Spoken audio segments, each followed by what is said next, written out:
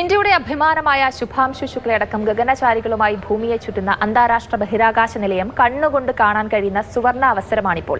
വ്യാഴാഴ്ച വരെയാണ് വ്യത്യസ്ത സമയങ്ങളിലായി ബഹിരാകാശ നിലയം കാണാൻ കഴിയുക. കനത്ത മഴയ്ക്കിടയിലും ബഹിരാകാശ നിലയം കണ്ട സന്തോഷത്തിലാണ് കോഴിക്കോട് കാക്കൂർ ആറോളിപ്പുഴയിലെ നാട്ടുകാർ. അതിലേറ്റവും നന്നായി കാണാൻ പറ്റുന്ന ഒരു ദിവസമായിരുന്നു ഇന്ന്. ആയിരുന്നു എന്ന് ഞാൻ പറയുന്ന കാരണം മഴക്കാറുള്ളത് കൊണ്ട് കാണാൻ പറ്റുമോ പറ്റിയല്ലോ എന്നുള്ളൊരു പ്രശ്നമുണ്ട്. പക്ഷേ കേരളത്തിൽ എവിടെയെങ്കിലും ഇത് കാണും.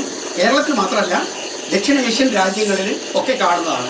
കുട്ടികളും മുതിർന്നവരുമടക്കം നിരവധി പേർ ഒത്തുചേർന്നു. ഓരോരുത്തരുടെയും മുഖത്ത് ആകാംക്ഷ.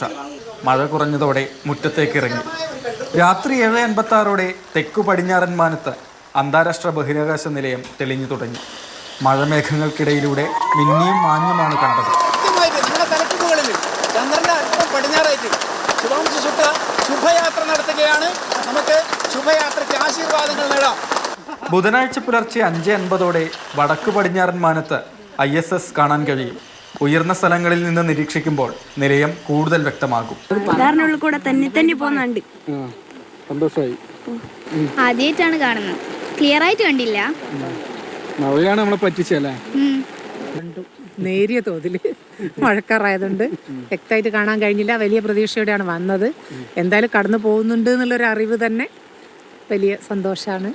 നമുക്ക് ഇപ്പം ശുഭാംശു ശുക്ല ഇതിലുള്ളത് കൊണ്ടാണ് ഇതിൻ്റെ ഈ 10-ാം തീയതി വരെ ഇതിനുള്ള വലിയ ഇമ്പോർട്ടൻസ്. അല്ലാതെ ഇതിപ്പോൾ നമ്മൾ 2030 ഇത് ഭൂമിയിലേക്ക് പതിപ്പിക്കുന്ന വരെ നമുക്ക് 1-2 മാസത്തിനിടയിൽ പല സമയങ്ങളിലായിട്ട്, അതായത് രാവിലെയും വൈകുന്നേരവും ഇതിനെ പല സമയങ്ങളിലായിട്ട് കാണാം. പക്ഷേ അത് കൃത്യമായിട്ടൊരു ചാർട്ടുണ്ട് അതിന്. അത് നെറ്റിൽ നമുക്ക് ലഭ്യമാണ്. വളരെ മനോഹരമായൊരു കാഴ്ചയാണ്. കുട്ടികളും പൊതുജനങ്ങളും ഇത് കാണേണ്ടത് തന്നെയാണ്. മിക്കവാറും ഇത് ആകാശത്തിൽ ചന്ദ്രൻ കഴിഞ്ഞാൽ ചന്ദ്രനും ശുക്രനും കഴിഞ്ഞാൽ ഏറ്റവും തിളക്കത്ത് കാണുന്ന സാധനമാണിത്.